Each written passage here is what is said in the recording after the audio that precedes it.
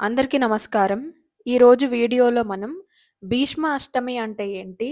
ఈ రోజుని ఎందుకు ప్రత్యేకంగా జరుపుకుంటామో తెలుసుకుందాం. మాఘమాసంలో శుక్లపక్ష అష్టమి తిథినే భీష్మాష్టమి అంటారు.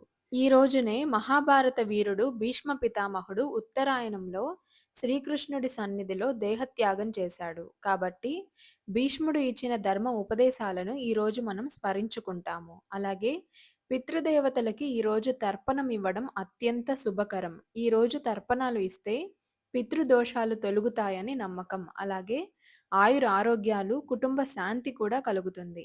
ధర్మం, నిబద్ధత, త్యాగానికి భీష్ముడు ప్రతీకగా నిలుస్తాడు. మహాభారత కాలంలో జరిగిన ఈ గొప్ప ఘట్టాన్ని గుర్తు చేసే తిథే మాఘమాసంలో వచ్చే అష్టమి తిథి. అదే భీష్మాష్టమి.